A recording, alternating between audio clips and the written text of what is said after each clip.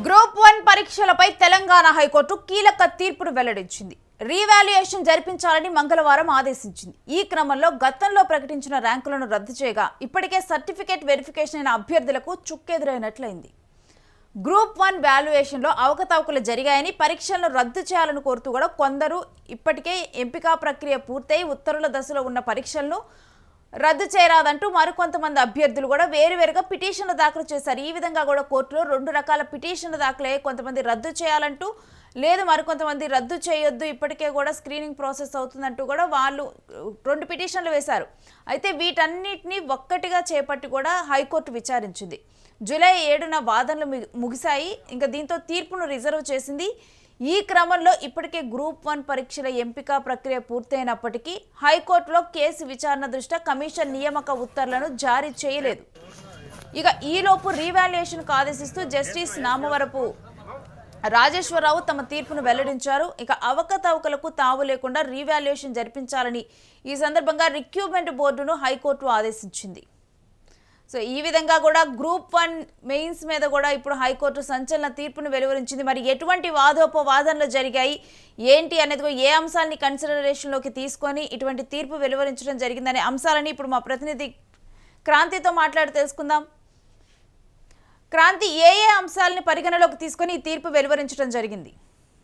Kaushalya టీజీపీఎస్సీకి Telangana high court భిక్షాక ఇచ్చిందని చెప్పొచ్చు. 14 సంవత్సరాల తర్వాత నిర్వహించినటువంటి గ్రూప్ 1 మెయిన్స్ పరీక్షను ఒక రద్దు చేస్తున్నట్టుగా కాసేపటి క్రితం హైకోర్టు తీర్పునిచ్చింది. ఎందుకంటే 2024 అక్టోబర్ 21 నుండి 26 వరకు మెయిన్స్ పరీక్షలు ఇక్కడ నిర్వహించారు తెలంగాణ రాష్ట్రంలో. అయితే హైదరాబాద్ కేంద్రంగా నిర్వహించినటువంటి ఈ పరీక్షల్లో అనేక అక్రమాలు జరిగాయని, అనేక అవకతవకలు జరిగాయని మొదటి నుండి ఆరోపణలు వస్తున్నాయి.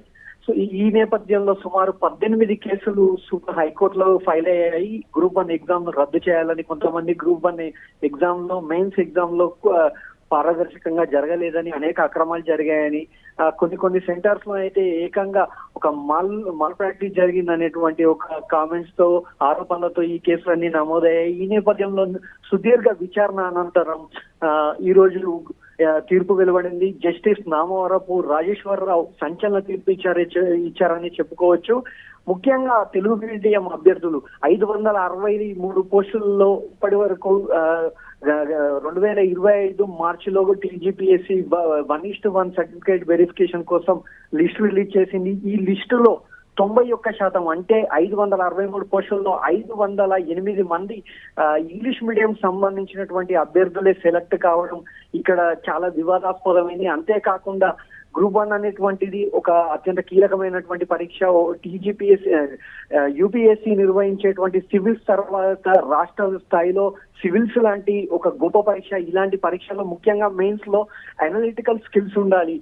సమాజం పట్ల కావచ్చు, లేకపోతే ఉన్నటువంటి ప్రస్తుతం ప్రభుత్వం ఒక ఆలోచన విధానం కావచ్చు, ప్రజా సంక్షేమం కోసం చేస్తున్నటువంటి పథకాలు కావచ్చు, వీటిపైన లోతైన అవగాహన, విశ్లేషణ, ముఖ్యంగా రాష్ట్రానికి సంబంధించినటువంటి సామాజిక, రాజకీయ, ఆర్థిక నేపథ్యంపై చాలా పట్టున్నటువంటి అభ్యర్థులు ఈ మెయిన్స్ లో తమ ప్రతిభను కొనసాగించాలి. కానీ రిజల్ట్ వచ్చిన తర్వాత చూస్తే చాలా మంది విద్యార్థులు అపోహలకు తావివ్వడానికి అనేక ఆస్కారమైనటువంటి పరిస్థితులు ఎందుకని చూసాం. ఎందుకంటే గత సంవత్సరమే బీటెక్ కంప్లీట్ చేసుకున్నటువంటి విద్యార్థులు ఎలాంటి గ్రూప్ 1 లాంటి పరీక్షకు కొన్ని సంవత్సరాల పాటుగా ఒక కఠోర దీక్షతో, కఠోరమైనటువంటి ఒక రకమైన తపస్సుగా దాన్ని భావించి ఎగ్జామ్ కు సన్నద్ధమవుతారు. కానీ 6 నెలల క్రితం బీటెక్ కంప్లీట్ చేసుకొని వచ్చిన వాళ్ళు టాప్ ర్యాంకర్లుగా నిలిచారు. ఇలాంటి వాటితో పాటుగా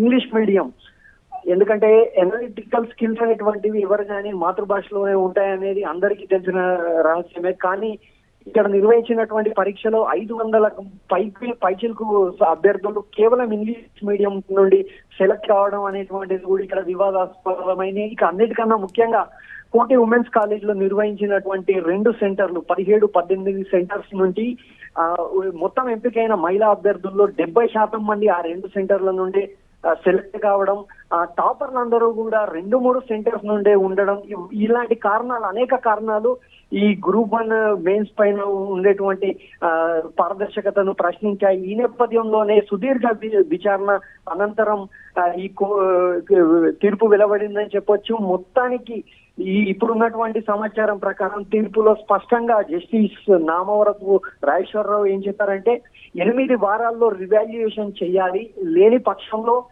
మళ్ళీ రిమైన్స్ ఎగ్జామ్ ని 8 నెలల్లో నిర్వహించి ప్రాసెస్ మొత్తం కంప్లీట్ చేయాలనేటువంటి డెడ్ లైన్ విధించడాన్ని మనం సంచలనంగా చూడొచ్చు. ఇది ప్రస్తుత పరిస్థితి. అయితే క్రాంతి, ఇప్పుడు వెలువరిన తీర్పు ఏదైతే రీవాల్యుయేషన్ తీర్పు, దీని మీద పిటిషన్ వేసిన స్టూడెంట్స్ మరి ఎటువంటి హ్యాపీగానే ఉన్నారా? రియాక్షన్ ఏంటి? రేణు, ఇక్కడ మనం చూస్తున్నాం కొన్ని వందల సంఖ్యలో విద్యార్థులు ఈ కేసుల్లో ఇంప్లీట్ అయ్యారు. చాలా వరకు మొత్తం 18 కేసులు మనకు కనిపిస్తున్నప్పటికీ ఈ 18 కేసుల్లో వివిధ అంశాలు ఉన్నాయి. ఇక్కడ రివాల్యుయేషన్ కొంతమంది కోరారు, కొంతమంది అసలు ఈ పరీక్షను రద్దు చేయాలని కొంతమంది కోరారు, కొంతమంది అసలు ప్రామాణికత లేదు వాల్యుయేషన్ లో. ఇప్పుడు మనం చూసుకున్నట్టయితే గ్రూప్ 1 పరీక్ష సంబంధించినటువంటి వాల్యుయేషన్ అనేటువంటిది ఒక యూనివర్సిటీ లెవెల్లో ప్రొఫెసర్ లెవెల్లో వాల్యుయేషన్ జరగాలి. కానీ విద్యార్థులు ఆరోపిస్తున్న ప్రకారం ప్రొఫెసర్ లెవెల్ కాదు, ఇక్కడ ఉన్నటువంటి ఒక జూనియర్ కాలేజ్ లెక్చరర్లతోని, అది కూడా కాంటాక్ట్ బేసిక్ లెక్చరర్స్ తో, అంటే వీళ్ళు ఈక్వల్ గా ప్రైవేట్ కాలేజ్ లెక్చరర్స్, ఇలాంటి వాళ్ళతో ఈ ఎగ్జామ్ పేపర్ దిద్దిచ్చినట్టుగా ఆరోపణలు వ్యక్తమవుతున్నాయి. దాంతో పాటుగా ఇక్కడ అత్యంత కీలకమైనది ఏంటంటే ఒక కీ ఇవ్వాలి ఎగ్జామ్ వాల్యుయేషన్ చేయడానికి సంబంధిత సంస్థ, అంటే ఇక్కడ TGPSC Telangana public service commission ఒక ప్రామాణికమైన కీను ముందుగా వాల్యుయేషన్ లో పార్టిసిపేట్ చేసేటువంటి ప్రొఫెసర్స్ కి ఇవ్వాలి. అయితే ఇక్కడ ఏం జరిగిందంటే విద్యార్థులు ఆరోపిస్తున్న ప్రకారం ఇంగ్లీష్ మీడియంలోనే కీ ఇచ్చారు అనేటువంటిది విద్యార్థుల ప్రధాన ఆరోపణ. కానీ ఎగ్జామ్ రాసిన వాళ్ళలో more than 50% Telugu medium background, Telugu మీడియంలో ఎగ్జామ్ రాసిన వాళ్ళు ఉన్నారు.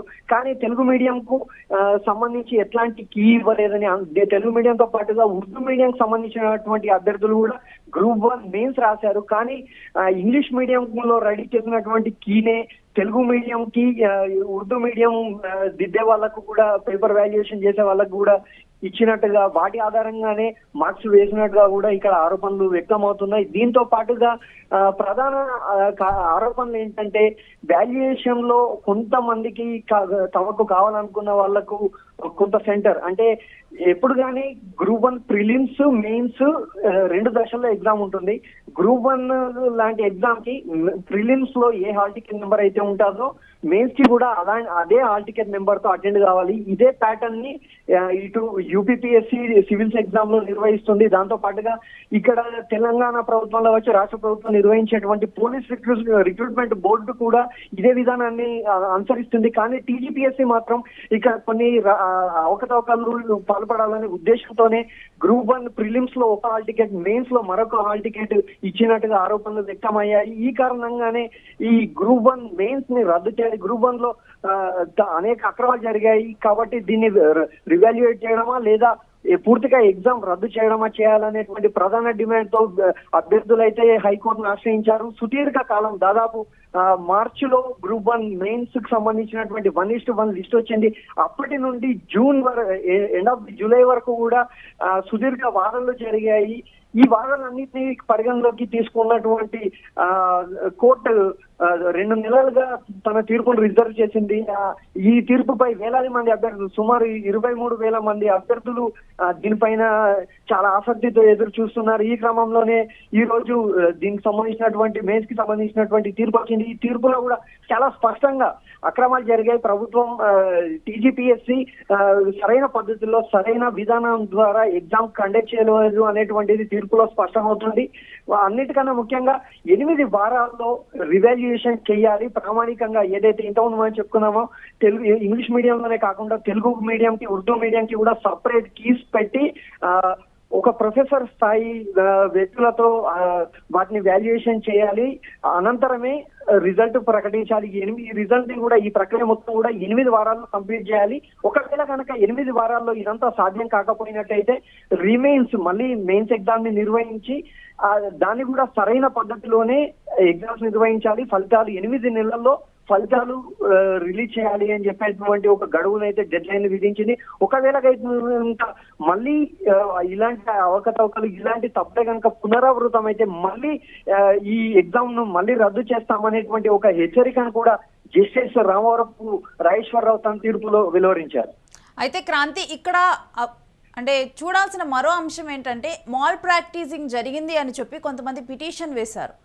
ఒకవేళ మాల్ ప్రాక్టీసింగ్ కనుక జరిగితే రీవాల్యుయేషన్ అనేది కూడా వాళ్ళకి అది జస్టిఫై చేసేది కాదు కదా, అలాంటప్పుడు ఈ తీర్పును వాళ్ళు సవాల్ చేసే అవకాశం ఉందా?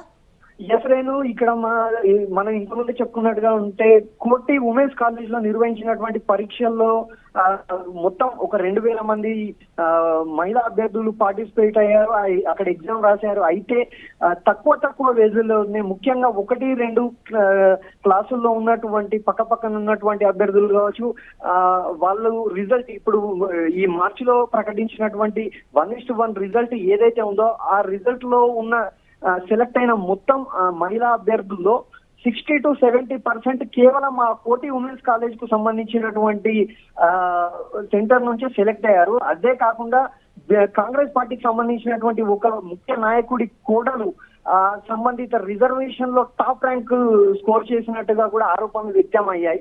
వీటినన్నిటినీ కూడా విద్యార్థులు మొదటి నుండి ప్రశ్నిస్తూ వస్తున్నారు. ఏ విధంగా ఇలా సాధ్యమైంది అంటే వీళ్ళు దీనికి టీజీపీఎస్సీ కూడా ఒక వెబ్ నోట్ రిలీజ్ చేసింది.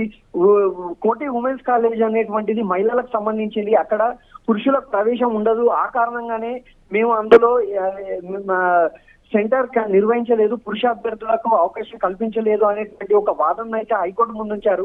అయితే దీనికి కౌంటర్ గా విద్యార్థులు ఏమంటున్నారంటే అంతకు ముందు ఈ గ్రూప్ 1 మెయిన్స్ ఎగ్జామ్ పక్కకు పెడితే ఇదే ప్రిలిమ్స్ ఎగ్జామ్ ను కూడా అందులోనే కండక్ట్ చేశారు. ఆ ఎగ్జామ్ లో అవకాశం పురుషులకు మహిళలకు సమానంగా అవకాశం కల్పించారు. అప్పుడు లేనటువంటి ఇబ్బందులు మెయిన్స్ వచ్చే వరకు ఎందుకు వచ్చాయి అంటే ఇందులో ఏదో అక్రమం జరిగింది ఖచ్చితంగా. ఈ ఒకే సెంటర్ ఇక్కడ 3 అంశాలు ప్రధానంగా ఉన్నాయి రేణు. ఒకటి, ప్రిలిమ్స్ కి మెయిన్స్ కి డిఫరెంట్ హాల్ టికెట్స్ ఇవ్వడం, ఇదొకటి. రెండవది, కోటి ఉమెన్స్ కాలేజ్ లో ప్రిలిమ్స్ లో పురుష అభ్యర్థులకు అవకాశం కల్పించి మెయిన్స్ కి వచ్చే వరకు ఓన్లీ మహిళలనే ఉంచడం, ఇది రెండవది. అన్నిటికన్నా ముఖ్యమైనది మూడవది ఏంటంటే కేవలం కోటి ఉమెన్స్ కాలేజ్ నుంచే 70% మహిళలు ఇక్కడ ఉద్యోగాలు సాధించడం అనేటువంటిది చాలా ప్రధానమైన ఆరోపణగా వ్యక్తమవుతుంది. దీన్ని ఉద్దేశించే హైకోర్టు కూడా కన్విన్స్ అయింది ఇక్కడ తప్పకుండా ఏదో అక్రమాలు జరిగాయనేటువంటి ఒక వాదనను ఖచ్చితంగా కూడా వీళ్ళు విశ్లేషించడానికి కావచ్చు, అంగీకరించడానికి కావచ్చు, ఇది ప్రధాన కారణంగానే కనిపిస్తుంది. అయితే ఇప్పుడు రీవాల్యుయేషన్ ప్రక్రియ ఎటువంటి నిబంధనల మధ్య కొనసాగనుంది? తప్పకుండా రేణు, ఇప్పుడు హైకోర్టు ఆదేశించినటువంటి ఆదేశాల ప్రకారం 8 వారాల్లో ఈ రివాల్యుయేషన్ ప్రాసెస్ అనేటువంటిది కంప్లీట్ కావాలి. దాంతో పాటుగా ఇక్కడ స్పష్టంగా చెప్పింది ఈ గతంలో ఇచ్చినట్టు ఇంగ్లీష్ మీడియం కు మాత్రమే కీ ఇచ్చి దాన్ని తెలుగు మీడియం ఉర్దూ మీడియం కు ఇంప్లిమెంట్ చేయడం కాదు, ఇంగ్లీష్ మీడియం కి తెలుగు మీడియం కి ఉర్దూ మీడియం కి సపరేట్ గా 3 మాధ్యమాలకు 3 సపరేట్ కీలను రిలీజ్ చేయడం ఒక ఎత్తు అయితే, ఈ గతంలో నిర్వహించినట్టు ఒక సాధారణ private college lecturers junior lecturers తో కాకుండా యూనివర్సిటీ స్థాయి ప్రొఫెసర్స్ తోనే ఈ వాల్యుయేషన్ జరపాలన్నటువంటిది హైకోర్టు కీలక ఆదేశాలు. వీటిని అయితే టీజీపీఎస్సీ ఎంతవరకు పాటిస్తుందో అనేటువంటిది మనం ఇక్కడ ప్రశ్నార్థకంగానే చెప్పవచ్చు. ఇప్పటి వరకు మనకు అందుతున్న సమాచారం హైకోర్టు ఇచ్చినటువంటి సింగిల్ బెంచ్ ఇచ్చినటువంటి తీర్పును సవాల్ చేసే ఆలోచనలో ఇటు టీజీపీఎస్సీతో పాటు సెలెక్ట్ అయినటువంటి మనం ఇంతకుముందు చెప్పుకున్నట్టుగా 563 మంది మార్చిలో సెలెక్ట్ అయినటువంటి అభ్యర్థులు ఎవరైతే ఉన్నారో వాళ్ళు కూడా ఒక రివ్యూ పిటిషన్ దీని మీద వేసే ఆలోచనలో ఉన్నట్టుగా తెలుస్తుంది. Right, thanks for the details Kranti. So group 1 వివాదం మీద అనేక పిటిషన్లు దాఖలయ్యాయి కోర్టులో. దీనికి సంబంధించి ఒకవైపు మాల్ ప్రాక్టీసింగ్ జరిగిందని ఈ ఎగ్జామ్ని క్యాన్సిల్ చేయాలని కొందరు, లేదు రీవాల్యుయేషన్ జరిపించాలని మరికొంతమంది, ఈ విధంగా కూడా పిటిషన్లు దాఖలయ్యాయి. ఈ పిటిషన్లన్నీ కన్సిడర్ చేసి దీని మీద తీర్పు ఇవ్వటం అనేది జరిగింది. అయితే ఈ తీర్పు కనుక ఇప్పుడు ఒక సంచలన తీర్పుగానే మారింది. ఈ రీవాల్యుయేషన్ ప్రక్రియ అనేది చాలా పారదర్శకంగా, అంటే ఈసారి సిన్సియర్గా నిర్వహించాలి. ఒకవేళ కనుక ఈసారి కూడా ఏమన్నా అవకతవకలు జరిగితే పూర్తిగా కూడా ఈ ఎగ్జామ్ని క్యాన్సిల్ చేయాల్సి వస్తుందంటూ కూడా కోర్టు చెప్పటము జరిగింది. ఇక ఇప్పుడు సర్టిఫికేట్ వెరిఫికేషన్ పూర్తయిన అభ్యర్థులకైతే చుక్కెదురైనట్లే దీన్ని చూడాలి. ఎందుకంటే ఇప్పటికే సెలెక్ట్ అయిన వాళ్ళు వెరిఫికేషన్ కంప్లీట్ చేసుకున్నారు. అయితే ఈ తీర్పును సవాల్ చేస్తూ వీళ్ళే TGPSC and certificate verification complete అయిన వాళ్ళు సుప్రీంకోర్టులో పిటిషన్ వేయనున్నట్లుగా కూడా అర్థమవుతోంది. అయితే మరి ఏం జరగబోతోంది నెక్స్ట్ గ్రూప్ 1 అంశం ఇంకా కూడా ఒక కొలిక్కి రాలేదన్నట్లుగానే చూడాలి. ఎందుకంటే ఒకవేళ గనక నిజంగానే వాళ్ళు వెళ్ళి పిటిషన్ వేస్తే మరలా కూడా ఈ రీవాల్యుయేషన్ ప్రక్రియ ఆగిపోయే సూచనలు ఉంటాయి. సో మరి దీని మీద నెక్స్ట్ ఏం జరగబోతోంది, మరి ఈ గ్రూప్ 1 పరీక్ష రద్దు చేయాలని కొంతమంది, నెక్స్ట్ ఏమో లేదంటూ కూడా ఇప్పుడు సవాల్ చేయడానికి సిద్ధమవుతూ ఉన్నారు. మరొక వైపు రద్దు చేయాలి అన్న వాళ్ళు రీవాల్యుయేషన్ ఇప్పుడు చేయమని చెప్పి కూడా హైకోర్టు తీర్పిచ్చింది. మరి దీన్ని వాళ్ళు కూడా ఏమైనా సవాలు చేస్తారా? ఇంకా కూడా మరి గ్రూప్ 1 మెయిన్స్ మీద అయితే ఈ ఉత్కంఠ అయితే ఇంకా కొనసాగుతూనే ఉంది. మరి స్టూడెంట్స్ అందరి రియాక్షన్, టీజీపీఎస్సీ రియాక్షన్ తర్వాతే దీని ఒక కొలిక్ అయితే ఈ అంశం వస్తుంది.